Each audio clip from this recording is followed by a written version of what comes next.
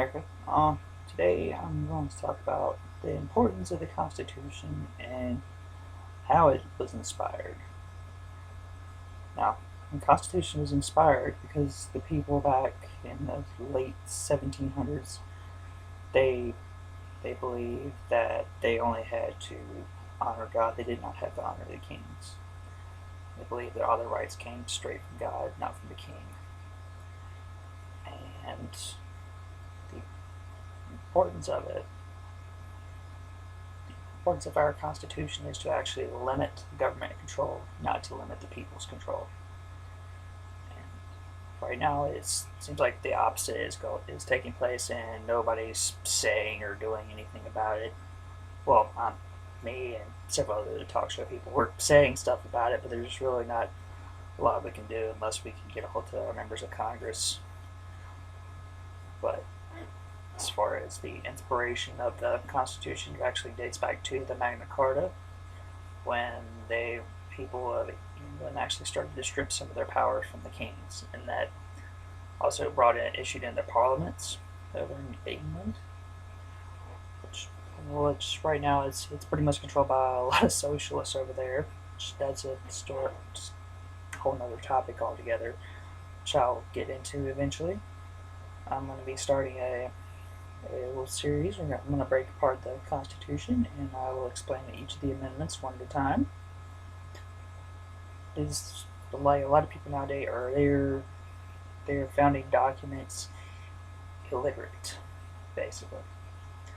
And if people actually knew their rights, I believe this country would actually be in a lot better shape right now. And like, say for instance, your First Amendments, you basically have the right to religion, press, petition, assembly, as well as your religion. I didn't already say that. Which means the government cannot interfere with any of your religious practices whatsoever, even though now they do it on a regular basis. They limit your size of your assemblies, and they will only answer certain petitions. And the press, most of us on the right wing, we pretty much agree that the government controls the press, which there's never been a case of where that actually backfired ever. Anyway, and that's all I've got for that first little bit there. It basically just tells you how I'm going to be breaking things down into our modern terms. And let's see, our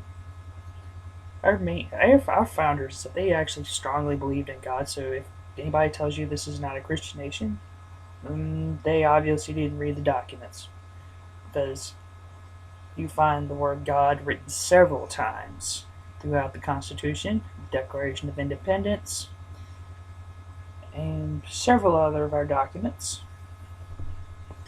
And it's also a copy of the Ten Commandments, I do believe. If they haven't already taken it down, it's actually in the Supreme Court. So if you still believe we're not a Christian nation, then obviously you just don't pay attention. And our rights do come from God. They do not come from man. Because man, as we know, is very flawed. And our Constitution, which has gradually just been manipulated and ignored into basically where most of my generation don't even know any of it. See, there's a few of them, like me, and a few of my friends, we actually studied it. We know exactly what it says, and we're pretty sure we have our interpretation of it correctly. And that's actually all I've got for now, and I'll be starting my little breakdown of the Constitution in the next few days, and I'll be going amendment by amendment, and I may do something on the preamble at some point, which will be just kind of interesting analysis of it. And that's about all I got for today. I'm Matthew Hollingsworth, and I will see you beautiful folks around. Some of you I know. Have a blessed day.